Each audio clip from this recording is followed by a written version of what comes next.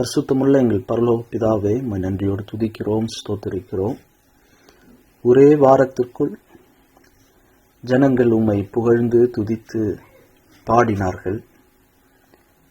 அதே வாரத்திற்குள் உம்மை காரி துப்பி, முகத்தில் உம்மை துப்பி, உம்முடைய தாடியை பித்து, உம்மை வேதனைப்படுத்தி, உம்மை கன்னத்தில் அறைந்து, உம்மை சபித்து, உம்மை தூஷித்து, உம்மை விட்டு பின்வாங்கி ஓடி போனார்கள்.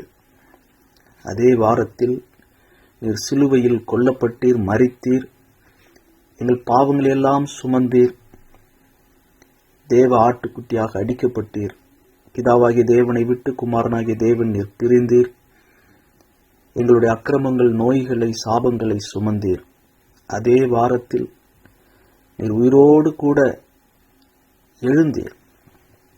ஒரே வாரத்தில் இத்தனை காரியங்கள் நடக்க கூடுமானால் எங்களுடைய உலக வாழ்க்கையிலும் எங்களை புகழ்கிறவர்களும் உண்டு, எங்களுக்கு விரோதமாக பேசுகிறவர்கள், செயல்படுகிறவர்களும் உண்டு. ஆனால் உம்முடைய சித்தத்தின் அடிப்படையில் சுயத்திற்கு நாங்கள் சிலுவையில் மரிக்கும்போது நிச்சயம் உண்மை ஜெயிக்கும், சத்தியம் வெல்லும். நாங்கள் உம்முடைய உயிர்த்தெழுதலின் வல்லமையினால் புதிதான ஜீவனுக்கு உள்ளவர்களாக, முற்றிலும் ஜெயம் கொள்ளுகிறவர்களாக, கிறிஸ்துவுடனே கூட மரிப்போமானால் கிறிஸ்துவுடனே கூட உயிர்த்தெழுவோம் என்கிற அந்த உயிர்த்தெழுகிற அந்த அனுபவம் கர்த்தர் நீர் எங்களுக்கு வாக்கு பண்ணியிருக்கிறீர். அதை நாங்கள் விசுவாசிக்கிறோம். அந்த நம்பிக்கையிலே நாங்கள் மேன்மை பாராட்டுகிறோம். அந்த மறுரூபப்படுகிற அந்த ஆவிக்குள்ளான அந்த ஜீவன், அந்த மகிமையின் வாழ்க்கை எனக்கும் எங்களுக்கும் கிறிஸ்துவுக்குள் சுதந்தரித்துக் கொள்ள, அதை அனுபவிக்க, பாவம் எங்களை ஆளாமல் இருக்கிறதுக்கு கிருபை பெருகட்டும். இருதயத்தில் மறைந்திருக்கிற குணமே தேவனுடைய பார்வையில் விலையேற பெற்றது.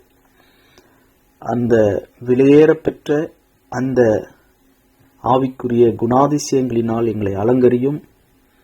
உம்முடைய பார்வையில் விலையேற பெற்றவர்களாக நாங்கள் காணப்பட எங்கள் சுபாவங்கள், குணங்களை மாற்றும் எங்கள் ஆவியை உம்முடைய பரிசுத்த ஆவியானோர் மூலமாக அலங்கரியும், திருத்தும். எங்கள் மனம் திரும்பட்டும், சாந்த குணத்தை தாரும், கிறிஸ்துவின் சாயலை தரித்துக் கொள்ள உதவி செய்யும். உமக்கே துதி கன மகிமை செலுத்துகிறோம். இந்த 1 சாமுவேல் 28வது அதிகாரத்தை நாங்கள் சிந்திக்கும் போதும், பேசும்போதும், கேட்கும் போதும் எங்களோடு கூட இடைப்படும், கற்றுத்தாரும். உம்முடைய பாதத்தை தேடி வந்திருக்கிறோம். கிருபை பெருகட்டும். எங்கள் ஆண்டவராகிய இயேசு கிறிஸ்துவின் மூலமே ஜெபிக்கிறோம் பிதாவே, ஆமேன். 1 சாமுவேல் 28வது அதிகாரம் முதல் வசனத்திலிருந்து வாசிக்கிறேன். அந்நாட்களிலே, எந்த நாட்களிலே? 1 சாமுவேல் 27வது அதிகாரம் 7வது வசனம். 1 சாமுவேல் 27:7. தாவீது பெலிஸ்தரின் நாட்டிலே 1 வருஷமும் 4 மாதமும் குடியிருந்தான். அந்த 16 மாதங்கள், அந்த 16 மாசம் தாவீதும் தாவீதினுடைய படை வீரர்களும் 600 குடும்பங்களும், தாவீதினுடைய 2 மனைவிகளும் அந்த 1 வருஷமோ 4 மாசமோ பெலிஸ்தரின் நாட்டிலே, குறிப்பா அந்த சிக்லாகில் அவங்க குடியிருக்கும் போது அங்கிருந்து அந்த ரகசியமான யுத்தங்களை அவங்க நடத்தி கெசூரியர், கெஸ்ரியர், அமலேக்கியர்களை படையெடுத்து போய் அவர்களை சங்கரித்து அவர்களுக்கு விரோதமாக ரகசிய யுத்தங்கள், குறிப்பாய் பெலிஸ்தியர்களுக்கு தெரியாமல் செய்த யுத்தங்கள், இந்த யுத்தம் நடந்து கொண்டிருந்த அந்நாட்களிலே தாவீது பெலிஸ்தியரின் நாட்டிலே 16 மாதங்கள் குடியிருந்த நாட்களிலே, சொல்லப்போனா தாவீது ஒரு வகையில் பெலிஸ்திய குடியுரிமையை பெறாவிட்டாலும் பெலிஸ்தியர்களுக்கு ஒரு அடிமையை போல, தாவீதே அவர் வாயினால சொல்றாரு 5வது வசனத்துல, உம்முடைய அடியான் அவருடைய பேச்சில் ஒரு அடிமையின் குரல் இருக்குது. வேறு வழியின்றி அங்கே போய் இருக்கிறாரு. அதே 28வது அதிகாரம் 2வது வசனத்தில் தாவீது ஆகீஸ்ட பேசும்போதும் அதில் ஒரு தெளிவு இல்லை, உறுதி இல்லை, ஆம் இல்லை, எஸ் ஆர் நோ அப்படின்ற பதில் இல்லை. தாவீது ஆகீஸை பார்த்து, உம்முடைய அடியான் செய்ய போகிறதை நீர் நிச்சயமாய் அறிந்து கொள்வீர். அந்த பதில் எப்படி இருக்குன்னா, நான் என்ன செய்வேன்னு செய்யும் போது தெரியும், இப்போ நான் எதுவும் சொல்லலை, அந்த மாதிரி ஒரு பதில்.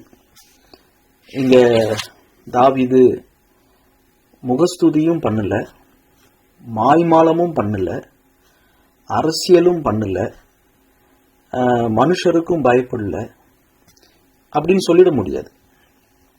அங்க மனுஷருக்கு பயப்படுற பயம் கண்டிப்பா இருக்கு, அங்க அரசியல் கண்டிப்பா இருக்குது, அங்க மாய்மாலம் இருக்குது, அங்க மறைத்து வாழ்கிற வாழ்க்கை இருக்குது. அந்த பேச்சில் ஒரு தெளிவான பதில் கொடுக்க முடியல.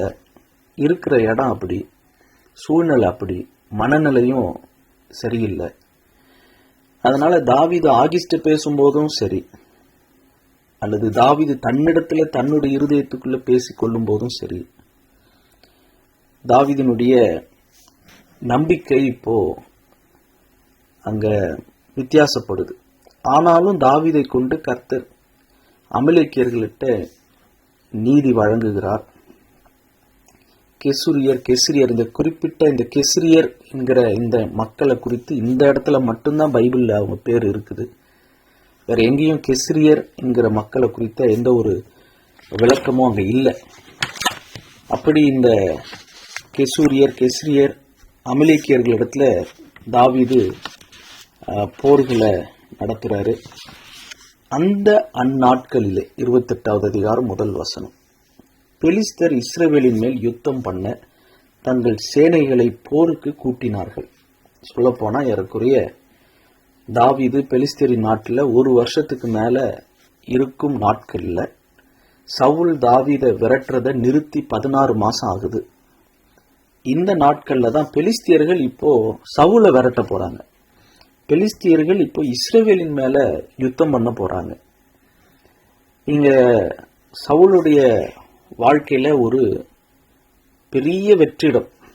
நாட்டுக்குள்ள தாவீதும் இல்லை, ஒரு நல்ல போர் வீரன், கர்த்தர் பக்கம் நிக்கிற போர் வீரன், கர்த்தர் யார் பக்கம் நிக்கிறாரோ அந்த போர் வீரன், தேவன் பக்கத்துல நிக்கிற ஊழியர்களும், எந்த ஊழியர்கள் பக்கம் தேவன் நிற்கிறாரோ அந்த ஊழியர்களும் இப்போ இஸ்ரவேல் தேசத்துல இல்லை. அதனாலதான் 2வது முறை குறிப்பிட்டு ஏற்கனவே சொன்ன சம்பவம் திரும்பவும் 28வது அதிகாரத்துல சொல்லப்படுது. 1 சாமுவேல் 28வது அதிகாரம் 3வது வசனம், சாமுவேல் இதற்கு முன்னமே மரித்து போனான். இஸ்ரவேலர் எல்லாரும் அவனுக்கு துக்கம் கொண்டாடி அவன் ஊராகிய ராமாவிலே அவனை அடக்கம் பண்ணினார்கள். சவுல் அஞ்ஞனம் பார்க்கிறவர்களையும் குறி சொல்லுகிறவர்களையும் தேசத்தில் இராதபடிக்கு துரத்தி விட்டான். இந்த சங்கதிகள்லாம் ஒரு நராத்தர்னு பிரெஞ்சில் சொல்லுவாங்க, அல்லது ஒரு 3வது நபர், ஒரு எழுதுகிறவர், அந்த எழுத்தாளர் எழுதுகிறது போல, இந்த சரித்திர நிகழ்வுகளை எழுதுகிறவர் எழுதுகிறது போல இந்த 3வது வசனம் இருக்கு. ஏற்கனவே 25வது அதிகாரம் 1 வசனத்துல 1 சாமுவேல் 25:1 சாமுவேல் மரணம் அடைந்தான், இஸ்ரவேலர் எல்லாரும் கூடி வந்து அவனுக்காக துக்கம் கொண்டாடி ராமாவில் இருக்கிற அவனுடைய வளவிலே அவனை அடக்கம் பண்ணினார்கள். தாவீது எழுந்து பாரான் வனாந்திரத்திற்கு புறப்பட்டு போனதை 25வது அதிகாரத்திலே சொல்லப்பட்டிருந்தாலும் மறுபடியும் இங்க 28வது அதிகாரத்துல சாமுவேலுடைய மரணம் ஏன் குறிப்பிடப்பட்டிருக்குன்னா, இங்க ஒரு பெரிய ஒரு ஆவிக்குரிய வெற்றிடம். தேவ மனுஷன் சாமுவேல் ஒரு தெய்வீக ஆலோசனை கொடுத்து வழிநடத்தக்கூடிய ஒரு முன்னோடி, ஒரு அனுபவம் உள்ள ஒரு தேவ மனுஷன், தேவனோடு கூட தன் வாழ்நாள் முழுவதும் ஆண்டவரோடு நடந்த ஒரு மனுஷன் அங்க இல்லை, மரித்து போனார் என்பதை அங்க சொல்வதற்காகவும், தாவீதும் இப்ப நாட்டுக்குள்ள இல்லை. அந்த நேரத்தில் இங்க சவுல் ஆலோசனை கேட்பதற்கு, கர்த்தரிடத்தில் விசாரிப்பதற்கு இங்க தேவ மனிதர்கள் இல்லை. அந்த நேரத்தில் சவுல் போய் கர்த்தரிடத்திலே விசாரிக்கவும் போகிறார். 6வது வசனம், சவுல் கர்த்தரிடத்தில் விசாரிக்கும் போதும் கர்த்தர் அவனுக்கு சொப்பனங்களினாலாவது ஊரிமினாலாவது தீர்க்கதரிசிகளினாலாவது மறு உத்தரவு அருளவில்லை.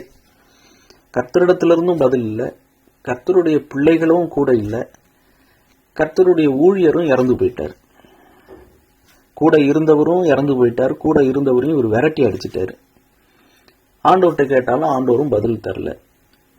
இப்படி ஒரு ஆவிக்குரிய வெற்றிடம், ஒரு ஸ்பிரிச்சுவல் வேக்கம் பிளேஸ் இப்போ இஸ்ரவேல் தேசத்திலையும் அரசியல் தலைவனாகிய ராஜாவாகிய சவுலுக்கும் அங்கே ஒரு வெற்றிடம். அந்த நேரத்தில் தான் சவுல் அங்க ஈவில் ஸ்பிரிட், டெவில் கிட்டேயே, பிசாசினிடத்திலேயே, பொல்லாத ஆவிகளிடத்திலேயே அவர் போய் ஆலோசனை கேட்கிறவராக மாறி போயிடுறாரு. இந்த மாதிரி ஆலோசனைகளை நாமளும் கேட்டு பார்க்கலாம் அப்படின்னு விளையாட்டுக்கு கூட, ஃபன்னுக்கு கூட யாரும் இந்த விளையாட்டு, இந்த டேஞ்சரான, இந்த ஆபத்தான முயற்சியை செய்யக்கூடாது. அது பாவமான செயல். 1 சாமுவேல் 28 ரொம்ப ஒரு பிசாரான, பிரெஞ்சில் பிசார்னு சொல்லுவாங்க, ரொம்ப ஒரு வழக்கத்துக்கு மாறான, அன்யூசுவலான, ஒரு நூதனமான ஒரு அதிகாரம். மரித்து போன சாமுவேலுடைய ஆவியோடு கூட சவுல் ஒரு அஞ்ஞனம் பார்க்கிற, குறி சொல்லுகிற, ஒரு சாக்சியர்னு பிரெஞ்சில் சொல்லுவாங்க, ஒரு சார்சரர் கூட அந்த விதமான ஒரு விசித்திரமான ஒரு கலை, ஒரு இருள் நிறைந்த ஒரு கலை. அது ஒரு இங்கிலீஷில் ஒரு அக்கல்டிஸ்ட் ஆர்ட் ஆர் பிராக்டிஸ். அது ரொம்ப ஆபத்தானது. அந்த விதமாக சவுல் பிசாசினிடத்திலேயே, பொல்லாத ஆவியினிடத்திலேயே போய் விசாரிக்கிற நிலைமைக்கு சவுல் அவருடைய ஆவிக்குரிய வாழ்வு அங்க ரொம்ப டவுன்ல போயிருக்குது. இந்த 1 சாமுவேல் 28 இப்போ தாவீது பெலிஸ்திய நாட்டில் அங்க தஞ்சமாக, அங்க அடைக்கலமாக, அகதியாக, நாடு விட்டு ஓடி போய் பயந்து அங்க இருக்கும்போது இஸ்ரவேல் மேல யுத்தம் பண்ணுவதற்கு பெலிஸ்தியர்கள் தங்கள் சேனைகளை போருக்கு கூட்டினார்கள். 28:1. அப்பொழுது இங்கதான் தாவீதுக்கு ஒரு மிகப்பெரிய ஒரு சோதனை வருது. இந்த இடத்துல கர்த்தர் ஒரு அற்புதம் செய்கிறார். அந்த அற்புதத்தை செய்ததுனாலதான் தாவீது ஆட்சிக்கு வரவே முடிஞ்சது. இங்க மட்டும் பெலிஸ்தியர்கள், ஆகிஸோடு கூட இருந்த ஆகிஸினுடைய தலைவர்கள், உடன் தலைவர்கள், தாவீது எங்களோடு கூட போருக்கு வரக்கூடாது, அவன் என்னைக்கு இருந்தாலும் அவன் ஒரு யூதன், அவன் ஒரு இஸ்ரவேலன், அவன் சவுல் பக்கம் திரும்பி நம்ம கூட வந்து நமக்கே விரோதமாக அவன் மாறி துரோகம் செய்து விட்டால் அது நமக்கு ஆபத்தாக முடிந்துவிடும். அதனால தாவீது எக்காரணத்தை முன்னிட்டும் நம்ம கூட இஸ்ரவேலருக்கு எதிர்த்து நம்ம கூட போருக்கு வரவே கூடாது அப்படின்னு அவங்கெல்லாம் சொன்னதுனாலதான் ஆகிசு தாவீதை விட்டுட்டு போக வேண்டிய ஒரு சூழ்நிலை வந்தது. இது தேவனால் வந்த ஒரு அற்புதம். எப்படி சவுலும் சவுளுடைய 3000 பேரும் அயர்ந்து தூங்குவதற்கு டீப் ஸ்லீப் ஆண்டவர் வர பண்ணினாரோ, அதுபோல ஆகிசே தாவீதை கூப்பிட்டாலும் தேவ ஜனத்தை, ஆசீர்வதிக்கப்பட்ட தேவ ஜனத்தை கொல்லுவதற்கு, எப்படி கர்த்தரால் அபிஷேகிக்கப்பட்ட சவுல் மேல கை வைக்க கூடாதுன்னு தாவீதுக்கு அறிவும் உணர்வும் இருந்ததோ, ஆனா தேவனால் ஆசீர்வதிக்கப்பட்ட வாக்குத்தத்தம் உள்ள ஆபிரகாமினுடைய வித்து, ஆபிரகாமினுடைய சந்ததி தன்னுடைய சொந்த ஜனங்களின் மீது போர் எடுத்து போகிற பெலிஸ்தியர்களுக்கு துணையாக நிற்கிற ஒரு இக்கட்டான தர்ம சங்கடமான ஒரு சூழ்நிலை.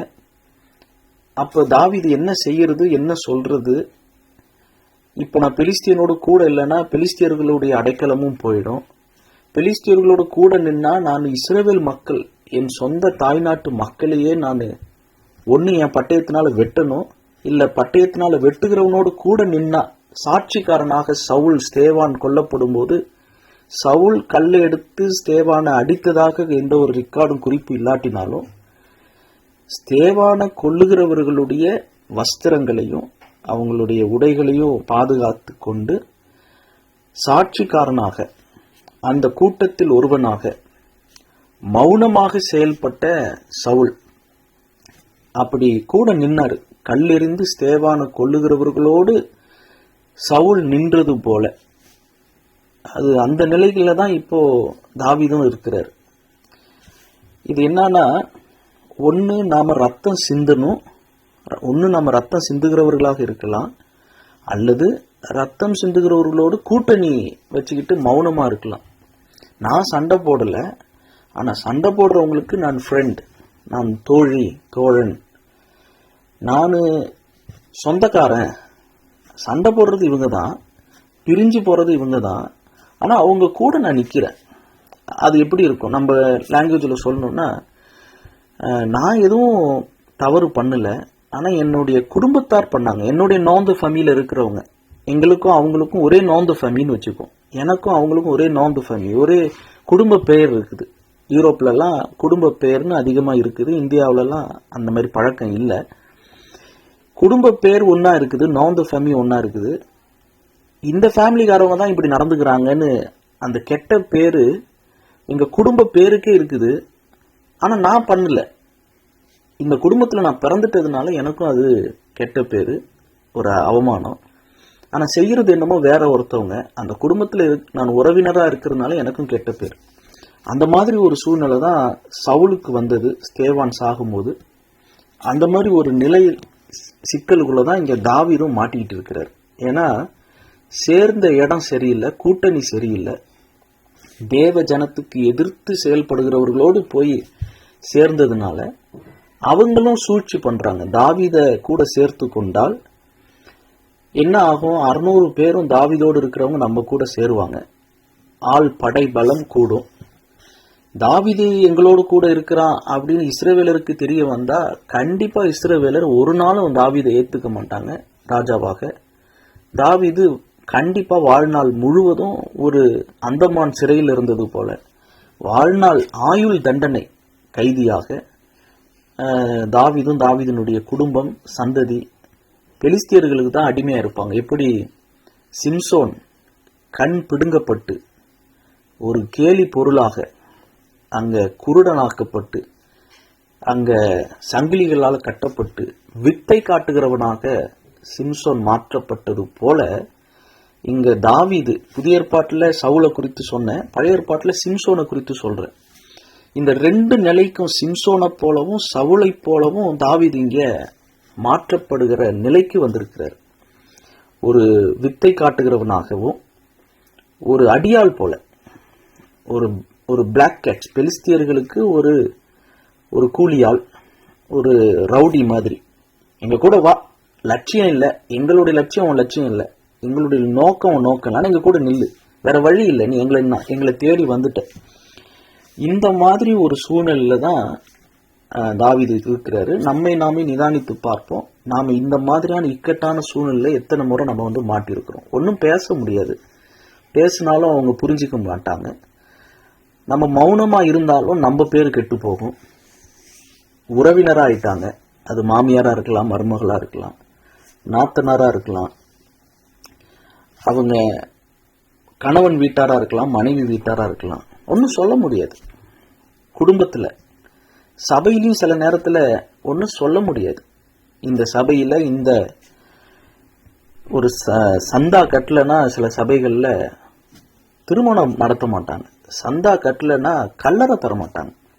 மனித நேயம் கூட இல்லாம செத்து போய் பணம் இருக்கும், உறவினருக்கு செத்து போயிருப்பாங்க, ஆலயத்துல சந்தா கட்டல, அதனால கல்லறை தோட்டம் பூமி இல்லைன்னு சொல்ற எத்தனையோ மெயின்லைன் சர்ச்சஸ்லாம் இருக்கிறாங்க எத்தனையோ நாடுகள்ல.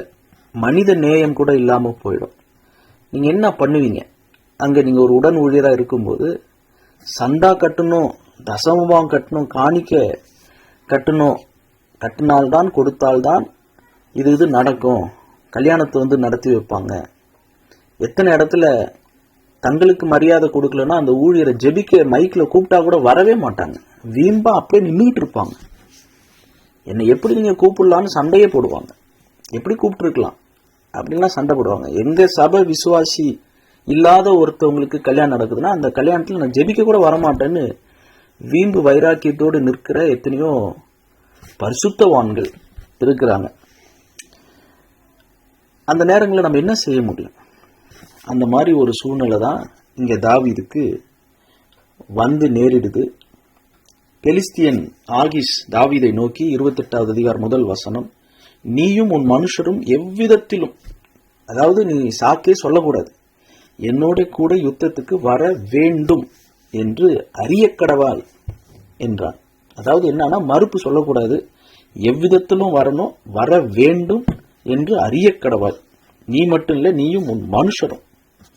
அப்படியே அந்த ஒவ்வொரு வார்த்தையிலும் பார்த்தீங்கன்னா சுத்தில் அடிக்கிற மாதிரி நீயும் உன் கூட்டமோ எவ்விதத்திலையும் வர வேண்டும் என்று அறியக்கடவாய். தெரிஞ்சுக்கணும், வந்துதான் ஆகணும் அப்படின்னு ஒரு அதிகார தோரணையில ஆகிஸ் சொல்றார்.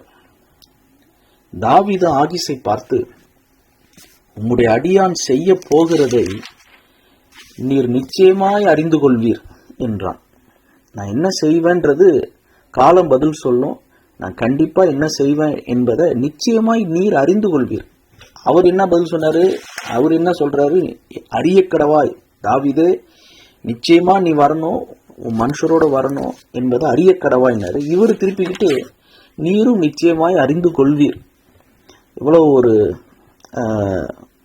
ஒரு பாஷை பாருங்க. இதுல என்ன தெரியுதுன்னா, மூடனுக்கு பதில் கொடு, மூடனுக்கு பதில் கொடாது, ரெண்டுமே அடுத்தடுத்து பைபிளில் நம்ம வரதை வாசிக்கிறோம். பதில் கொடுக்கணும், பதில் கொடுக்கக்கூடாது, எப்போ கொடுக்கணும், எப்படி கொடுக்கணும், அவங்க புரியுற மாதிரியே கொடுக்கணும். நான் ஒன்றும் அடிமைலாம் இல்லை, என்னை அடிமை மாதிரி நடத்தாதீங்கன்னு சொல்லி புரிய வைக்கணும். நீங்கள் பேசுகிற மாதிரியே நானும் பேசுனா சண்டை வந்துடும். ஆனால் அறிய கடவாய்ன்னு அவர் சொன்னார். இவர் திருப்பி நீரும் அறிய கடவாய் அப்படி சொல்ல, நீர் நிச்சயமாய் அறிந்து கொள்வீர். ஃபியூச்சரில் எதிர்காலத்தில் நீங்களும் கண்டிப்பாக அறிந்து கொள்வீங்க ஆகிஸே அப்படின்னு பணிவும் அங்கே ஒரு வீரமும் இருக்குது. பணிவும் இருக்கு, வீரமும் இருக்கு. அப்பொழுது ஆகிஸ் தாவீதை நோக்கி, இதற்காக உன்னை என்னாலும் எனக்கு மெய்காவலனாக வைப்பேன் என்றான். அப்ப கூட ஆகிஸ் தாவீதை நம்புறார். ஏன்னா 27வது அதிகாரத்திலேயே 12வது வசனத்துல வாசிக்கிறோம், ஆகிஸ் தாவீதை நம்பி என்றைக்கும் அவனின் ஊழியக்காரனாய் இருப்பான் என்பான். இங்க ஆகிஸுடைய நம்பிக்கை தாவீது இடத்துல இருக்கு. தாவீது தன் உயிரையும் காப்பாற்றணும், இஸ்ரவேலரும் அழிக்கப்படக்கூடாது, பெலிஸ்தியர்களுடையும் கூட்டணி இந்த நேரத்தில் யுத்தத்தில் இஸ்ரவேலருக்கு எதிர்த்தும் இருக்கக்கூடாது. அங்கதான் 3வது வசனத்துல சாமுவேலும் இந்த நேரத்தில் இல்லை. இது சவுலுக்கும் ஒரு பெருத்த நஷ்டம், தாவீதுக்கும் ஒரு நஷ்டம். இதற்கு முன்னமே சாமுவேல் மரித்து போனான். வசனம் 3, இஸ்ரவேலர் எல்லாரும் அவனுக்கு துக்கம் கொண்டாடி அவன் ஊராகிய ராமாவிலே அவனை அடக்கம் பண்ணினார்கள். இந்த இடத்துல தாவீதினுடைய இருதயத்தை குறித்து இங்க எதுவும் சொல்லப்படலை. தாவீது தன் இருதயத்திலே யோசித்து கொண்டான், அப்படிதான் 27வது அதிகாரம் ஆரம்பிக்குது. ஒரு ஊக்கமின்மை, ஒரு விரக்தி, அவநம்பிக்கை, தைரியமின்மை, இப்படியெல்லாம் அடுக்கிக்கிட்டு போகலாம்.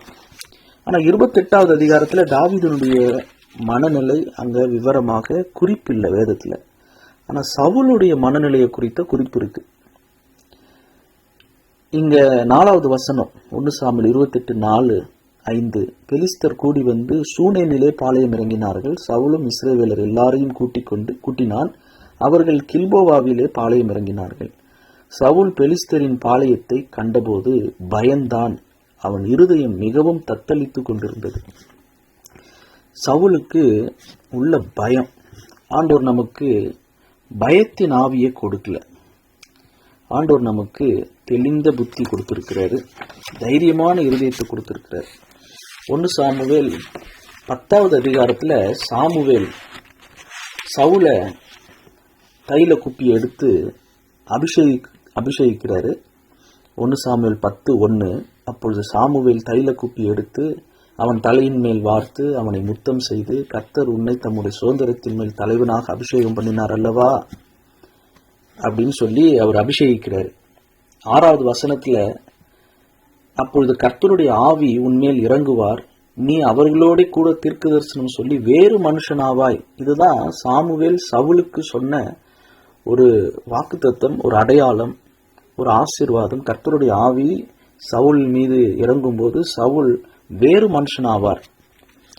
11வது அதிகாரத்திலேயே பார்க்கிறோம், சவுல் கர்த்தருடைய ஆவியானவரை பெற்றபோது, அபிஷேகிக்கப்பட்ட போது, அவருடைய துவக்கத்துல ஆரம்பத்துல முதல்ல அவருடைய விசுவாச வாழ்க்கை எப்படி இருந்தது, எப்படிப்பட்ட வேறு மனுஷனா இருந்தாருன்னா, 1 சாமுவேல் 11வது அதிகாரம் சவுல் மூலமாக சவுலுடைய தலைமையில நடந்த முதல் யுத்தம். யாபேசின் மனுஷருக்கு ஆதரவாக நாகாஸ் என்னும் அம்மோனியர்களுடைய தலைவனுக்கு எதிராக நடந்த யுத்தம். அங்க ஸ்தானாபதிகளை அங்க யாபேசின் மனுஷர்கள் அனுப்பும்போது சவுல் மாடுகளின் பின்னாலே வயலில் இருந்தான் என்று 5வது வசனத்துல வாசிக்கிறோம். 1 சாமுவேல் 11:5. இன்னும் ராஜாவாகிறதுக்கான சந்தர்ப்ப சூழ்நிலை அமையல, அபிஷேகிக்கப்பட்டார். ஆனாலும் சவுல் தன்னுடைய வீட்டு கடமைகளை, அந்த விவசாய வேலைகளை செய்கிறார். மாடுகளின் பின்னாலே வயலில் இருந்து வந்து ஜனங்கள் அழுகிற முகாந்திரம் என்ன என்று கேட்டான். யாபேசின் மனுஷர் சொல்லிய செய்திகளை அவனுக்கு தெரிவித்தார்கள். 6. சவுல் இந்த செய்திகளை கேட்ட உடனே தேவனுடைய ஆவி அவன் மேல் இறங்கினதினால் அவன் மிகவும் கோபம் உண்டவனாகி ஓர் இணை மாட்டை பிடித்து துண்டித்து அந்த ஸ்தானாபதிகள் கையிலே கொடுத்து இஸ்ரவேலின் நாடுகளுக்கெல்லாம் அனுப்பி, சவுலின் பின்னாலேயும் சாமுவேலின் பின்னாலேயும் புறப்படாதவன் எவனோ அவனுடைய மாடுகளுக்கு இப்படி செய்யப்படும் என்று சொல்லி அனுப்பினான். அப்பொழுது கர்த்தரால் உண்டான பயங்கரம் ஜனத்தின் மேல் வந்ததினால் ஒருமனப்பட்டு புறப்பட்டு வந்தார்கள். அப்படி சவுல் 11வது வசனத்துல 3 படையாக வகுத்து கிழக்கு வெளுத்து வரும் ஜாமத்தில், அதாவது 4ஆம் ஜாமம், விடிய காலையில 3 மணிலிருந்து 6 மணி, அந்த ஜாமத்தில், கிழக்கு வெளுத்து வரும் ஜாமத்தில் பாளையத்திற்குள் வந்து வெயில் ஏறும் வரைக்கும் அம்மோனியரை முறியடித்தான். தப்பினவர்களில் 2 பேராகிலும் சேர்ந்து ஓடி போகாதபடி எல்லாரும் சிதறி போனார்கள். 16வது அதிகாரம் 14வது வசனத்துல 1 சாமுவேல் 16:14 எப்போ கர்த்தருடைய ஆவி சவுலை விட்டு நீங்கினாரோ, கர்த்தரால் வரவிடப்பட்ட ஒரு பொல்லாத ஆவி சவுலை கலங்க பண்ணி கொண்டிருந்தது. கர்த்தருடைய ஆவி சவுல் மீது இறங்கின போது வேறு மனுஷனானாரு, தைரியமா இருந்தாரு. விடிய காலையில கூட ராத்திரி முழுக்கும் சண்டை போட முடிஞ்சது. முன்ன பின்ன யுத்த பழக்கம் கிடையாது. அநியாயம் நடக்குது யாபேசின் மனுஷருக்கு அப்படின்னு தெரிந்த உடனே அம்மோனியர்களுக்கு எதிர்த்து யுத்தம் பண்ணக்கூடிய அந்த வேறு மனுஷனாக, தைரியம் உள்ளவராக, தனக்கு பின்னாலேயும் சாமுவேலுக்கு பின்னாலேயும் வராதவர்களுடைய மாடுகள் இப்படி வெட்டப்படும் அப்படிலாம் சொல்லி அவர் சேர்க்கிறார் 12 கோத்திரத்தையும். அப்போ கர்த்தரால் ஒரு பயங்கரம் வந்ததுனால ஜனங்கள் எல்லாரும் சவுளுடைய தலைமைத்துவத்துக்கு கீழ்ப்படிந்து இணங்கினாங்க. இதெல்லாம் தேவனுடைய ஆவி சவுல் மேல இருந்ததுனால. எப்போ தேவனுடைய ஆவி ஒரு ஊழியர் மீது, ஒரு குடும்ப தலைவர் மீது இருக்கும்போது அங்க இணக்கம் வரும். நமக்கு எல்லாருக்கும் தெரியும், கர்த்தருக்கு பயப்படுகிறவன் எவனோ அவன் இவ்விதமாய் ஆசீர்வதிக்கப்படுவான். எப்படி மனைவி தன் வீட்டோரங்களில் கனித்திருந்த திராட்சை செடியை போல் இருப்பாங்க, பிள்ளைகள் பந்தியை சுற்றிலும் ஒலிவு மர கன்றுகளை போல இருப்பாங்க. அப்படின்னா என்ன? எப்போ ஒரு கணவர் கர்த்தருக்கு பயப்படுறாங்களோ அந்த குடும்பம், அந்த மனைவி, அந்த பிள்ளைகள் ஆசீர்வதிக்கப்படுறாங்க. அங்க கர்த்தருக்கு பயப்படுறத கணவர் தான், அப்பா தான் சொல்லி தராங்க. இதுதான் நம்ம சங்கீதத்தில் நம்ம வாசிக்கிறோம். அது ஒரு ஆவிக்குரிய தலைவனுக்கும் பொருந்தும். கர்த்தருக்கு பயப்படுறதுன்னா என்னன்னு சொல்லி தரணும் வீட்டில் பிள்ளைங்களுக்கு, விசுவாசிகளுக்கு, தேவ பிள்ளைகளுக்கு. இது இங்கே தான் பிரச்சனை வருது. இங்கே தான் அந்த அந்த தலைமைத்துவத்தில் தேவ ஆவியானவருடைய ஒத்தாசை இல்லாத போது அங்கே பிரிவினைகள் சிதறி போகிறது. ஒவ்வொருத்தவங்க ஒவ்வொரு விதத்தில் பிள்ளைங்களும் அல்லது துணைவியும் இடறி பிரிந்து அந்த கருத்து ஒற்றுமை இல்லாம நான் இப்படிதான் இருப்பேன் அப்படின்னு எதிர்த்து பேசுனா என்ன செய்வாங்க? சொந்தக்காரங்க சொல்லியும் பார்க்குறாங்க. இல்லையே, கல்யாணம் பண்ற வயசுக்கு பிள்ளைங்க வந்துட்டாங்க, கல்யாணமும் பிள்ளைங்க பண்ணிட்டாங்க சில வீட்டில், அப்படி இருந்தும் பிரிந்து போறாங்களே கணவன் மனைவி. அந்த அன்பு அங்க இல்லாம போறாங்களே. அப்ப தேவனுடைய ஆவி இருந்தால் ஒரு தலைவனுக்குள், ஒரு குடும்ப தலைவனோ ஆவிக்குரிய தலைவனோ, அங்க கர்த்தருடைய ஆவி இருந்தால், கர்த்தருடைய ஆவியானவரால் வழிநடத்தப்பட்டால், அங்க மற்றவர்கள், அது குடும்பமானாலும் சபையானாலும், அது சங்கமானாலும் ஸ்தாபனமானாலும், அது ஒரு குழுவானாலும், அங்க கர்த்தருக்கு பயப்படுகிறவன் எவனோ அவன் மனைவி கனிதரும் திராட்சை செடி, அவன் பிள்ளைகள் பந்தியை சுற்றிலும் உட்கார்ந்திருப்பாங்க, ஒளிவுமர கன்றுகளை போல இருப்பாங்க. இது ஆரோனுடைய தலையில அவன் தாடியில வழிகிறதும் எர்மோன் மலைகள்ல பெய்கிற பனியை போலவும் அது இறங்குகிறதாக இருக்கும். மேல இருந்து கீழே இறங்குகிறதாக இருக்கும். எண்ணெய் வழிவது போல, பனி இறங்குவது போல அது மேலிருந்து தான் இறங்கும். தலைவன் இடத்திலிருந்து தான் உடன் தலைவி, உடன் தலைவர்கள், பிள்ளைகள், மூத்த பிள்ளை, கடைசி பிள்ளை, அந்த சபையில மூப்பர்கள், மூத்த அதாவது சீனியர், பலகாலமாக ஆண்டவரோடு நடக்கிற விசுவாசிகள், புது விசுவாசிகள், விசுவாசத்தில் பலவீனமானவர்கள், விசுவாசத்தில் பின்வாங்கி போனவர்கள், அவிசுவாசிகள் என்று அந்த பணி இறங்கும். சகோதரர்கள் ஒருமித்து வாசம் செய்யும் போது, அங்க தேவ பிள்ளைகள் ஒருமனப்பட்டிருக்கும் போது அது எண்ணெயை போல பனியை போல இறங்கும். இதெல்லாம் 1 சாமுவேல் 11வது அதிகாரத்துல அப்படி இருந்தது. அந்த கிரேட் கரேஜ் இருந்தது. சவுல் தேவ ஆவியானவரோடு நடக்கும்போது he was a man of great courage. ஆனா எப்போ அவர் 1 சாமுவேல் 16:14 கர்த்தருடைய ஆவியானவரை இழந்தாரோ, 1 சாமுவேல் 25 சாமுவேல அவர் சரீர ரீதியாக இழந்தாரோ, அவர் மரித்து போனாரோ, அதுக்கு முன்னாடியே சாமுவேலுக்கும் அவருக்கும் உறவு ஐக்கியம் இல்லாம போயிடுச்சு. அப்ப தேவ பிள்ளைகளுடைய ஐக்கியமும் இல்லை, தேவனுடைய ஐக்கியம் இல்லை அப்படின்னு ஒரு விசுவாசிக்கு, ஒரு குடும்பத்துக்கு, ஒரு ஊழியருக்கு ஏற்படும் போது அங்க என்ன வருது? 1 சாமுவேல் 28:5 பெலிஸ்தரின் பாளையத்தை கண்டபோது சவுல் பயந்தான். பிரச்சனைகள், பாடுகள், சவால்கள் வரும்போது பயம் வருது இல்ல? வியாதி வந்த உடனே, வயசு ஏறணும், 40 வயசு வரைக்கும் தைரியமா எனக்கு 20, 30, 35, 40ன்னு வயசை தைரியமா சந்தோஷமா மற்றவங்ககிட்ட சொல்ல தெரிந்தவங்க 30 வயசுக்கு மேல, 40 வயசுக்கு மேல, சில பேர் அவங்களோட மன பலத்தை பொறுத்து 50 வயசுக்கு மேல வயசை சொல்ல கூச்சம், வயசை சொல்ல பயம். அது கடவுளுடைய பிள்ளைங்களுக்கான அழகு இல்லை. என் வயசு 60, என் வயசு 55, என் வயசு 50 கேட்கறதுக்கு முன்னாடி நானா சொல்லணும். அதுதான் தைரியம். என் வயசு சொல்றதுக்கு கூச்சப்படுறோம்னா நம்ம வாழ்கிறதுக்கு கூச்சப்படுறோம். இது வரைக்கும் வாழ்ந்ததை சொல்ல தைரியம் இல்லை. என் வயசை வச்சு அவங்க பிள்ளைங்க வயசை வச்சு என் வயசை கண்டுபிடிச்சிருவாங்க. சில பேர் போய் சொல்லுவாங்க தங்கச்சிக்கிட்ட, உன் வயசை சொல்லாத, அப்போதான் அக்கா வயசை கண்டுபிடிக்க மாட்டாங்க அப்படின்லாம் சொல்லுவாங்க. உன் வயசை நீ சொல்லாத, அப்போதான் உறவினர்கள் மற்ற பிள்ளைங்களோட வயசை கண்டுபிடிக்க மாட்டாங்க. இதெல்லாம் வயசுக்கு போய் பயப்படுறாங்க. பெலிஸ்தருடைய பாளையத்தெல்லாம் விட்டு தள்ளுங்க, வயசுக்கு பயப்படுறாங்க. வயசு சொல்றதுக்கு எவ்வளவு கூச்சமா இருக்குது. ஆண்டவர் தான் நம்மளுக்கு ஆயுசு நாட்டில் பெருக பண்றாரு. அவர் தான் நம்மளை கற்பப்பைய தாண்ட பண்ணினார். அவர் தான் நமக்கு ஒவ்வொரு நாளையும் கூட்டி கொடுக்கிறாரு. அதை சந்தோஷமா, மகிழ்ச்சியா, தைரியமா, அந்த வயசை கூட சொல்றதுக்கு, வயசை பெலிஸ்தருடைய பாளையத்தை மாதிரி பார்க்குறோம்னா மற்ற பிரச்சனையெல்லாம் எப்படி பார்ப்போம்? ஸோ அதனால இங்க எதை குறித்தும் கவலைப்படாம, பயம் இல்லாம, அதுக்காக அக்கறை இல்லாதவர்களாக இல்லை, நடக்கிறதா நடக்கும், தலையில் எழுதியிருக்கிறதா நடக்கும் அப்படின்னு ஒரு விரக்தியில, ஒரு சாடிஸ்டா, என் விதி, என் தலையெழுத்து அப்படின்னு போகாம, கர்த்தர் எனக்காக யாவையும் செய்து முடிப்பார், நான் போகும் வழியை அவர் அறிவார், என் காலங்கள் அவர் கரத்தில் இருக்கிறது, அவருக்கு தெரியும், கர்த்தருடைய பர்வதத்திலே பார்த்து கொள்ளப்படும். இதுதான் ஆபிரகாம் சொன்னார். அவருடைய விசுவாச பிள்ளைகள் கர்த்தர் பார்த்துக்குவார். நான் அவரிடத்துல அன்பு கூறும்போது சகலம் நன்மைக்கு எதுவாக நடக்கும். எனக்கு கண்கள் காணல, என் காது கேட்கல, இருதயத்துல தோணல. தேவனிடத்தில் அன்பு கூறுகிறவர்களுக்கு அவர் ஆயத்தம் பண்ணினவைகள் எனக்கு தெரியாது.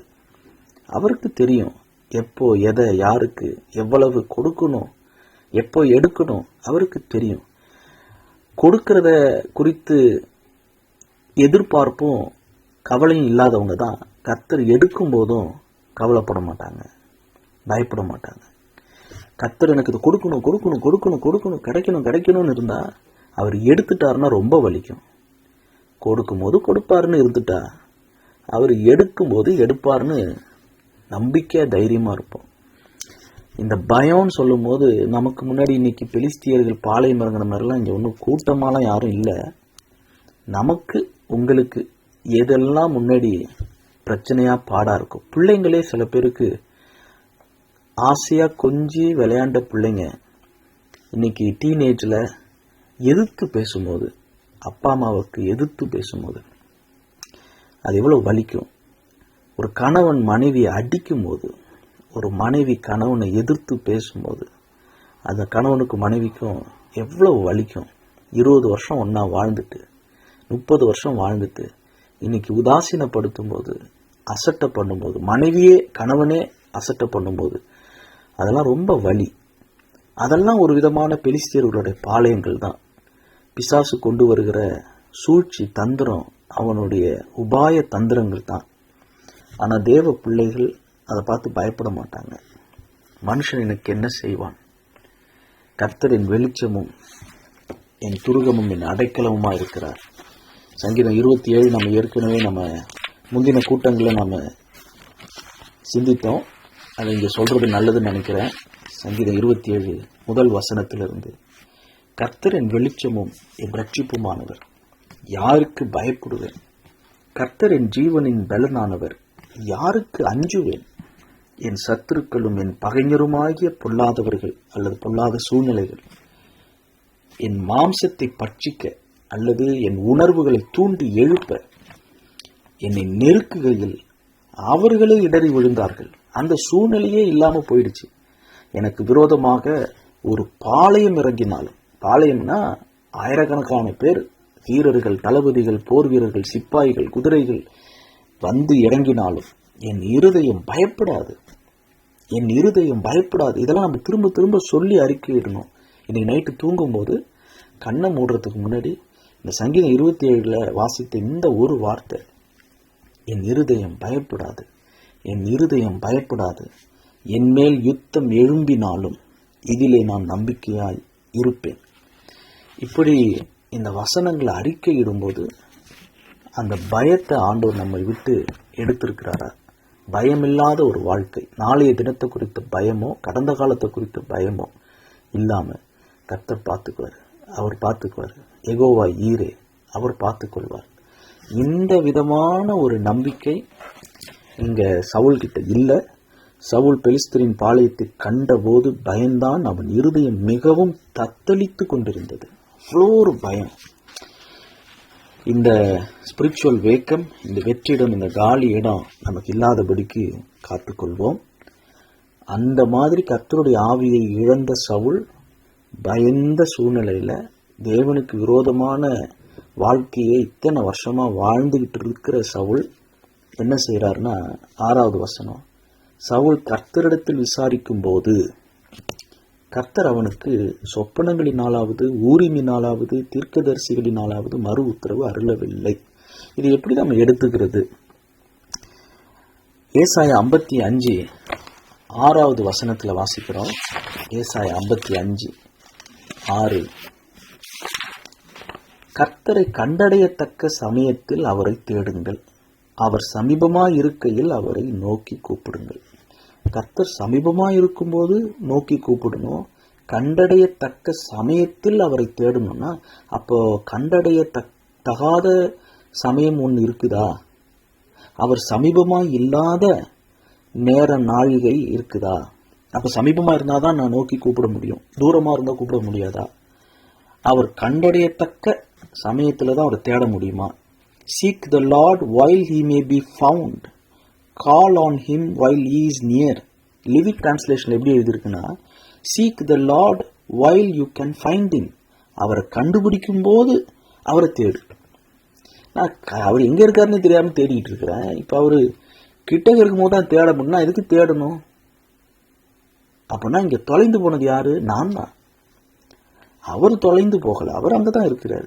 எங்க இருக்கிறவரை நான் ஏன் தேடணும்னா, நான் தொலைந்து போயிருக்கிறேன். இப்ப நான் அவரை தேடணும்னா நான் எனக்குள்ள அவரை தேடணும், அவருக்குள்ள என்ன தேடணும். கடவுளை தேட வேண்டிய இடம் எனக்குள்ளதான் அவர் இல்லை. அவர் எனக்குள்ள அவர் காணல. அவரை நான் தொலைச்சிட்டேன். அவருடைய அமைதி இல்லை, அவருடைய சாந்தம் இல்லை. இந்த உலகத்திலேயே விலையேற பெற்றது ஒரு பொக்கிஷம், ஒரு ட்ரெஷர், ஒரு வைரம்.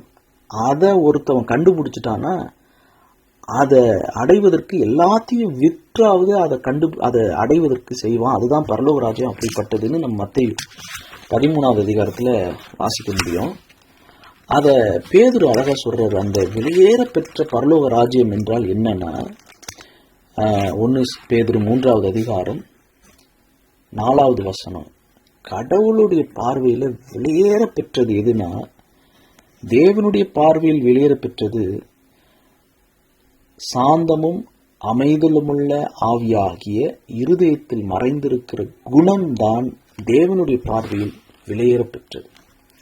அந்த கடவுளுடைய பார்வையில் வெளியேற பெற்ற குணம் என் ஆவி, அந்த சாந்தமும் அமைதலுமுள்ள ஆவியாகிய குணம், இதுதான் கடவுளுடைய பார்வையில, இந்த உலகத்திலேயே கடவுளுடைய பார்வையில ரொம்ப வெளியேற பெற்ற ட்ரெஷர், வைரம் அப்படின்னா அது அமைதல் உள்ள சாந்தமுள்ள ஆவியாகிய குணம். அது எனக்குள்ள இல்லை. கடவுளுடைய வெளியேற பெற்ற ஜுவல்லரி, அவருடைய நகைகள் எனக்குள்ள இல்லை. இதை தொலைச்சிட்டேன். சாந்தம் இல்லை, அமைதல் இல்லை, எந்த நேரமும் கலக்கம், பயம், திகில், ராத்திரியில திடுக்குன்னு எழுந்திருக்கிறது, மற்றவங்களையும் பயன்படுத்துறது, தான் பயப்படுறது இல்லாமல் அடுத்தவங்களையும் பயன்படுத்துறது, பெணாத்துறது. சில பேர் ராத்திரியில பக்கத்துல பெணாத்துனாங்கன்னா பக்கத்துல படுத்திருக்கிறவங்களுக்கு சுடுகாட்டுல படுத்திருக்கிற மாதிரி இருக்கும். தட்டி விடுவாங்க. நீயும் தூங்காம என்னையும் தூங்க விடாம நைட்ல உளறியே, பெணாத்திரியே. அதுவும் ஒழுங்காவும் பேச மாட்டாங்க, தூக்கத்துல பேசணும், உளருவாங்க. நமக்கு பயமா இருக்கும். அந்த மாதிரி பைத்தியத்தோட தூங்கினா எப்படி இருக்கும்? எல்லாரும் மைக் ஆஃப் பண்ணிட்டு சிரிச்சிட்டு இருக்கலாம். தூங்கும் போதும் பைத்தியம் மாதிரி இருந்தா பரவாயில்ல. ஜெபிக்கும் போதும், சர்ச்சில் இருக்கும் போதும் பைத்தியம் மாதிரி என்ன பேசுறதே தெரியாம துதிக்கிறன்ற பேர்ல, ஜெபிக்கிறன்ற பேர்ல, பிரசங்கன்ற பேர்ல கத்திக்கிட்டு உளறிக்கிட்டு என்ன பிரசங்கம் பண்றாங்க, எங்க ஆரம்பிச்சாங்க, எங்க போறாங்க, 1 மணி நேரம் இந்த தண்டத்துக்கிட்ட மாட்டிக்கிட்டு நான் படுற பாடு இருக்குது அப்படின்ற மாதிரி. சர்ச்சுக்கு போலாம், ஒரு உடம்புலையும் பிரச்சனை, மனசுலையும் பிரச்சனை, குடும்பத்திலையும் பிரச்சனை. நிம்மதியை தேடி சர்ச்சுக்கு போலான்னா எந்த நேரமும் திட்டு திட்டு திட்டு திட்டு, சாபம், கண்டிப்புன்ற பேர்ல. ஒரு தோசையை எத்தனை வாட்டி தாங்க திருப்புவீங்க? ஒரு குக்கர்ல எத்தனை கத்து தான் வரும்? எத்தனை வாட்டி தான் ஒரு மனுஷனை திட்டுன மாதிரியே திட்டிக்கிட்டு, திருந்திட்டான்னு தெரிஞ்சும் திட்டு, பொதுவா திட்டுறோன்னு எல்லாரையும் திட்டுறோன்னு எல்லாரையும் வச்சு திட்டிக்கிட்டு இருந்தா எங்க சாந்தம் இருக்கும், எங்க அமைதல் இருக்கும்? இப்படி கடவுளை தேட வேண்டிய சமயம் அப்படின்னு ஒரு நேரம் இருக்குதா? சங்கீதம் 145:18 நம்ம வாசிக்கிறோம். சங்கீதம் 145:18 தம்மை நோக்கி கூப்பிடுகிற யாவருக்கும், உண்மையாய் தம்மை நோக்கி கூப்பிடுகிற யாவருக்கும் கர்த்தர் சமீபமாயிருக்கிறார். இப்ப சவுல் கர்த்தரிடத்துல விசாரித்த போது கர்த்தர் மறு உத்தரவு அருளவில்லை. சொப்பனத்திலையும் ஊரின் தும்மின் ஏபோத்தினாலையும் தீர்க்கதரிசிகளினாலையும் அவர் பதில் கொடுக்கல. ஏன்னா அங்க நாயோத்துல சாமுவேல் உருவாக்கின தீர்க்கதரிசிகள், வாலிபர்கள் இருக்கிறாங்க. அங்க காத்து தீர்க்கதரிசி இருக்கிறாரு. ஆனா இங்க சவுலுக்கு எந்த ஒரு பதிலும் ஆண்டவரிடத்துல இருந்து வரல. ஏன்? தம்மை நோக்கி கூப்பிடுகிற யாவருக்கும், அதுலயும் குறிப்பா உண்மையாய் தம்மை நோக்கி கூப்பிடுகிற யாவருக்கும். அதுதான் அங்க சங்கீதம் 145 தாவீது அனுபவத்தோடு சொல்றாரு. சவுல் தேடியும் காண்டோர் கொடுக்கல. ஏன்னா உண்மையா தேடல, உண்மையா தம்மை நோக்கி கூப்பிடல. அப்படி உண்மையாய் தம்மை நோக்கி கூப்பிடுகிற யாவருக்கும் கர்த்தர் சமீபமா இருக்கிறார். அப்ப இங்க சவுலுடைய இருதயம் உண்மையா இல்லை, ஆண்டவரோடு உண்மையா இல்லை. சும்மா இயேசுவே அப்படின்னு கூப்பிடுறதுக்கும், அறிவு பெருக்கிக்கணும்னு பைபிள்ல திறக்கிறதுக்கும், நான் பாவி அப்படின்னு உண்மையா அந்த ஆயக்காரன் தன் இருதயத்தில் அடித்துக்கொண்டு, பாவியாக என் மீது கிருபையாயிரும், வானத்துக்கும் தன் கண்களை ஏறெடுக்க துணியாமல் உள்ளத்துல கேட்டார். அந்த இளையகுமாரன் உள்ளத்துல நான் தப்பு பண்ணிட்டேன், நான் புள்ளன்னு சொல்றது கூட எனக்கு தகுதி இல்லைன்னு எங்கேயோ பண்ணி கூட இருந்துகிட்டு யோசிச்சாரு. அங்க ஆண்டவர் பார்த்தாரு. நம்ம மனம் திரும்பும் போது நினிவே பட்டணத்தார் 40 நாள்ல செத்துருவீங்கன்னு எந்த நேரமும் சபிச்சுக்கிட்டு அந்த நினிவே பட்டணத்தை தெருக்கள்ல அங்க யோனா சுத்திட்டு இருந்தாரு. சாவ போறீங்க, அழிய போறீங்க, நாசமாக போறீங்க, இப்படியே சொல்லிட்டு இருந்தாரு. ஆனா நினிவே பட்டணத்தார் அவங்க எல்லாரும் சேர்ந்து அவங்க மனம் திரும்பினாங்க. ஆண்டவருடைய கோபம் ஆரம்பிச்சு. உண்மையா தேடுனா, உண்மையா கூப்பிட்டா, அதுதான் அவரை கண்டடையத்தக்க சமயம். அது என்ன, 6 மணிலேருந்து 9 மணி வரைக்கும் கடவுள் கிட்டக்க இருப்பாரு, ராகு காலம் வந்தா கிட்டக்க இருப்பாரு, நல்ல நேரத்துல கடவுள்லாம் தேவையில்லைங்க அப்படின்னு ஜாதகம் பார்த்து இல்லை. நான் எப்படி உண்மையா தேடுறேன், அதை தேடினா அவர் கண்டடையத்தக்க சமயம் என்பது என்னுடைய இருதயம் அவருக்கு முன்பாக எப்படி இருக்கு, அப்பொழுது ஆண்டவரை நாம் கண்டுகொள்வோம். For there is a time when he will not be found. ஆண்டவரை கண்டுபிடிக்கக்கூடிய நேரம் எது, ஆண்டவரை கண்டுபிடிக்க முடியாத நேரம் எது, நான் எப்படி இருக்கிறேன்றதை வைத்துதான் ஆண்டவரை கண்டுபிடிக்க முடியுமா, கண்டுபிடிக்க முடியாதா. கலாத்தியர் 6:7 பவுல் சொல்றாரு. கலாத்தியர் 6:7 மோசம் போகாதிருங்கள், தேவன் தம்மை பரியாசம் பண்ண விட்டார், மனுஷன் எதை விதைக்கிறானோ அதையே அறுப்பான். மனுஷன் எதை விதைக்கிறானோ அதையே அறுப்பான். சவுல் விதைச்சதை அறுக்கிறார். ஆசாரியர்களை நோபு பட்டணத்துல தோவேக்க விட்டு 85 ஆசாரியர்களை வெட்டுறது, கொல்றது, எல்லாருக்கும் ஒரு மரண பீதி பயத்தை கொடுக்கறது. வெட்டிடுவேன், குத்திடுவேன், நீ ஊருக்கு வந்து பாரு, இந்தியாவில் இறந்து காலை வெட்டிடுவேன், இங்க இருந்துகிட்டே மிரட்டுறது. பிரான்ஸ்ல இருந்துகிட்டு சென்னை ஏர்போர்ட்ல காலை வெட்டிடுவேன். இந்த மாதிரிலாம் மிரட்டிக்கிட்டு சவுலத்தான் சொல்றேன். இந்த மாதிரி மிரட்டுறது, ஒரு அன்பா ஒரு சொந்தக்காரங்கிட்ட பேசலான்னு பேசினா எந்த நேரமும் திட்டிக்கிட்டு சபிச்சுக்கிட்டு சண்டை போட்டுக்கிட்டு, ஏயா 1980 இருந்த மாதிரியா 2024 இருக்கிறீங்க, திருந்தவே மாட்டீங்களா நீங்களா? அன்னைக்கு பேசுன மாதிரியே இன்னைக்கும் சபிச்சுக்கிட்டு திட்டிக்கிட்டு போலீஸ் ஸ்டேஷன் வழக்கு கேஸ். ஒரு நிம்மதியா ஒரு லீவுக்கு இந்தியாவுக்கு போலான்னா பிள்ளைங்கள்ட்டையும் அந்த கோபத்தை காட்டுற எத்தனையோ நண்பர்கள், நண்பர்கள் சொல்லக்கூடாது, உறவினர்கள், எத்தனையோ துன்மார்க்கர் இருக்கிறாங்க, கிறிஸ்தவர்கள் இருக்கிறாங்க. அதெல்லாம் பார்க்கும்போது ரொம்ப வருத்தமா இருக்குது. ஏன்னா அவங்களுக்கும் கர்த்தருக்கும் அங்க உறவு இல்லை. அவங்களுடைய அக்கிரமத்தை நிறைவு செய்யறாங்க. அவங்க கடைசியா அவங்க கர்த்தரிடத்திலேயே போய் விசாரிக்காம பிசாசுகிட்ட விசாரிக்கிறவர்களாக அல்லது அசுத்த ஆவிகளோடு தொடர்பு இருக்கிறவங்களாக மாறிடுறாங்க. இங்க நீதிமொழிகள் 11வது அதிகாரம் 31வது வசனத்தில் நாம் வாசிக்கிறபடி, நீதிமொழிகள் 11:31, இதோ நீதிமானுக்கு பூமியில் சரி கட்டப்படுமே, துன்மார்க்கனுக்கும் பாவிக்கும் எத்தனை அதிகம். நீதிமானுக்கே பூமியில சரி கட்டப்படும்னா, அல்லது பூமியில தான் நீதிமானுக்கு சரி கட்டப்படும், பாவிகளுக்கும் துன்மார்க்கனுக்கும் எத்தனை அதிகம். சவுலுக்கு சரி கட்டப்பட்டது எப்போ, ஏன் சரி கட்டு, இவ்வளவு நாள் தாவீதை துரத்திட்டு இருந்தார், அப்பெல்லாம் சவுலுக்கு மரணம் வரல. 1 நாளாகமம் 10வது அதிகாரம் 13வது வசனத்துல வாசிக்கிறோம். 1 நாளாகமம் 10, 13, 14. சவுல் கர்த்தருடைய வார்த்தையை கை கொள்ளாமல் கர்த்தருக்கு செய்த தன் துரோகத்தின் நிமித்தமும் அவன் கர்த்தரை தேடாமல் அஞ்ஞனம் பார்க்கிறவர்களை கேட்கும்படிக்கு தேடினதின் நிமித்தமும் செத்து போனான். அதற்காக அவர் அவனை கொன்று ராஜ்யபாரத்தை ஈசாயின் குமாரனாகிய தாவீது வசமாக திருப்பினார். இத்தனை வருஷமா திருப்பல. தாவீது பெலிஸ்திய நாட்டுல 16 மாசமா இருக்கும் போது திருப்பல. கொல்றதுக்கு ஆசாரியர்களை கொல்லும் போதும் திருப்பல. ஆனா எப்போ கர்த்தரை தேடாம அஞ்ஞனம் பார்க்கிறவர்களை கேட்கும்படிக்கு தேடி போனாரோ சவுல், அதனாலதான் அதற்காக அவர் அவனை கொன்றார். இன்னைக்கும் கிறிஸ்தவர்கள் ஜாதகம் பார்க்கறது, பாம் ரீடர்ஸ், கை ரேகையை கொஞ்சம் பார்த்து சொல்லுங்களேன், சும்மா விளையாட்டுக்கு கை ரேகையை பாருங்களேன். இந்த மாதிரி ஹாரோஸ்கோப் ஜாதகங்கள், பாம் ரீடிங்ஸ், இதெல்லாம் விளையாட்டுக்கு நாலு பார்க்கறது, கெட்ட நேரம் பார்க்கறது, அந்த மாதிரி கேலண்டரை வாங்கி வச்சுக்கிட்டு 9:30 10:30 கெட்ட நேரம். இப்போ போக நாங்கள் மழை பெய்கிற மாதிரி இருக்குன்னு ரொம்ப ஆவிக்குரிய வார்த்தை பேசுவாங்க.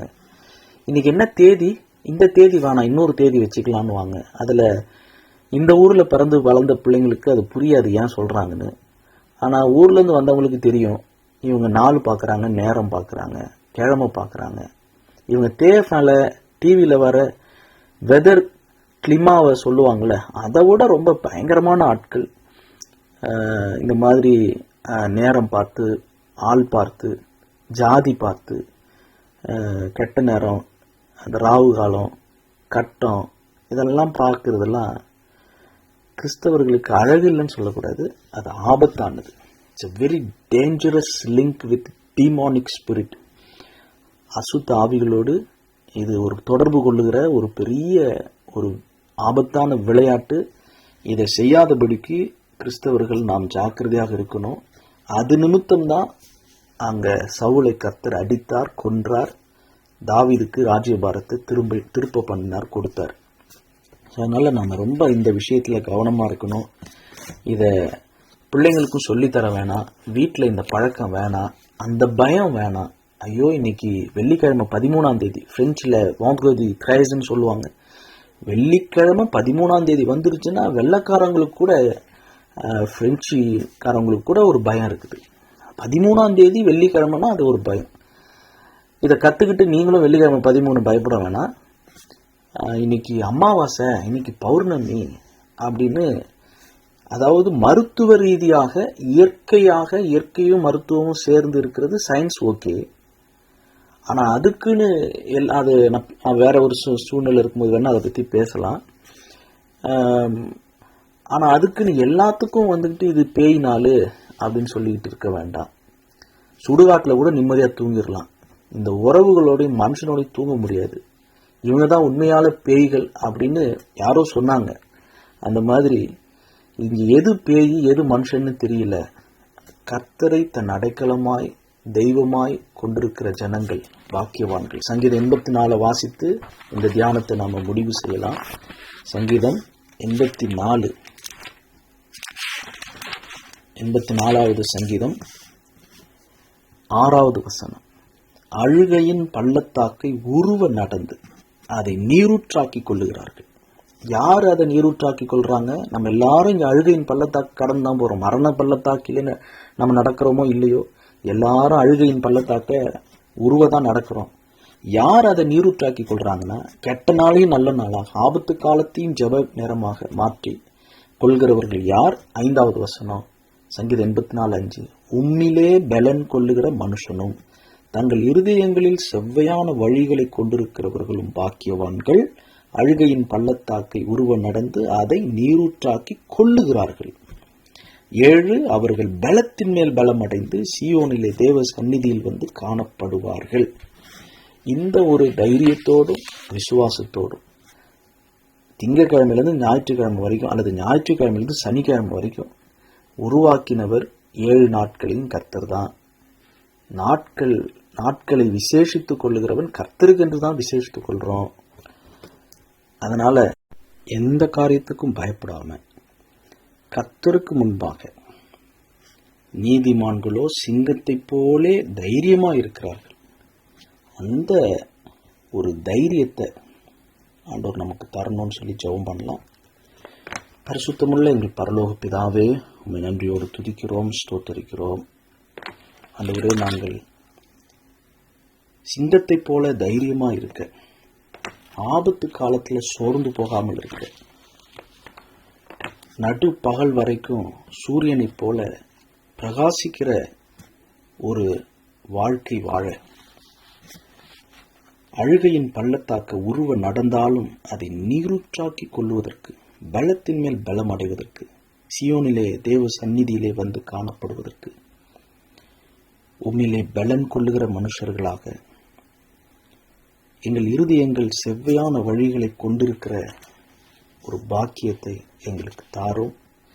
சவுல் அஞ்ஞனம் பார்க்கிற, சூனியம் பார்க்கிற மனுஷர்களை தேடி தேவனை தேடுவதை விட தன்னுடைய இருதயம் தேவனோடு செம்மையா இல்லாததுனால சவுல் எதை விதைத்தாரோ அதை அறுத்தார். அவர் உண்மையாய் உம்மை நோக்கி கூப்பிடாததுனால நீர் அவருக்கு சமீபமாய் இல்லை. ஆனால் இந்த புதிய ஏற்பாட்டில் கிருபையின் காலத்தில் பாவம் பெருகிற இடத்துல கிருபை பெருகுது. உம்முடைய இரக்கங்களுக்கு அளவில்லை. நீர் இரக்கத்தில் ஐஸ்வர்யம் உள்ளவர். பாவிக்கு அடைக்கலமாக இருக்கிறீர். பழைய ஏற்பாட்டில் சவுலுக்கு அந்த கிருபை கொடுக்கப்படலை. ஆனால் புதிய ஏற்பாட்டில் இயேசு கிறிஸ்துவின் இரத்தத்தினால் நாங்கள் தைரியமாய் கிருபாசனத்தண்டை நெருங்குகிறோம். ஆண்டவரே, இந்த கிருபையை எண்ணி நாங்கள் உம்மை ஸ்தோத்தரிக்கிறோம். எவ்வளோ பெரிய ஒரு ஸ்லாக்கியம், எவ்வளோ பெரிதான ஒரு ரட்சிப்பு, எத்தனையோ பேருக்கு கிடைக்காத ஒரு பாக்கியம், பழைய ஏற்பாட்டு ஜனங்களுக்கு கிடைக்காத, பழைய ஏற்பாட்டு பாவிகளுக்கு கிடைக்காத ஒரு இரக்கம். சிலுவைக்கு அருகில் உம்மோடு கூட உமக்கு பக்கத்தில் தன்னுடைய அக்கிரமங்களின் நிமித்தம், பாவத்தின் நிமித்தம் ஆண்டவரே சிலுவையில் அறையப்பட்ட அந்த மனுஷன் உம்மிடத்திலே மன்னிப்பு கேட்ட அந்த சமயத்திலே இன்றைக்கு நீ என்னுடனே கூட பரதேசில் இருப்பாய் என்று உடனே மன்னித்தீர். ஆண்டவரே, உம்முடைய இரக்கங்கள், நீர் இரக்கத்தில் ஐஸ்வர்யம் உள்ளவர். ஆண்டவரே, அதை நாங்கள் இப்பொழுது இந்த கிருபையின் காலத்தில் நாங்கள் அனுபவிக்கிறோம். மோசேயின் மூலமாக நியாயப்பிரமாணம் வெளிப்பட்டது. ஆனால் எங்கள் ஆண்டவராகிய இயேசு கிறிஸ்துவின் மூலமாக கிருபையும் சத்தியமும் வெளிப்பட்டது. அந்த கிருபையினால் நாங்கள் பிழைக்கிறோம். உம்முடைய கிருபையை நினைத்து நாங்கள் உம்மை ஸ்தோத்தரிக்கிறோம். உம்மை நோக்கி நாங்கள் உண்மையாய் கூப்பிடும்போது ஆண்டவரே, நீர் எங்களுக்கு சமீபமாய் இருக்கிறீர். ஆண்டவரே, நீர் பாவத்திற்கு தூரமானவர், ஆனால் பாவிக்கு அருகையில் நீர் இருக்கிறீர். பாவியை நேசிக்கிறீர். எங்களுக்காகவே சிலுவையில் அடிக்கப்பட்டீர்.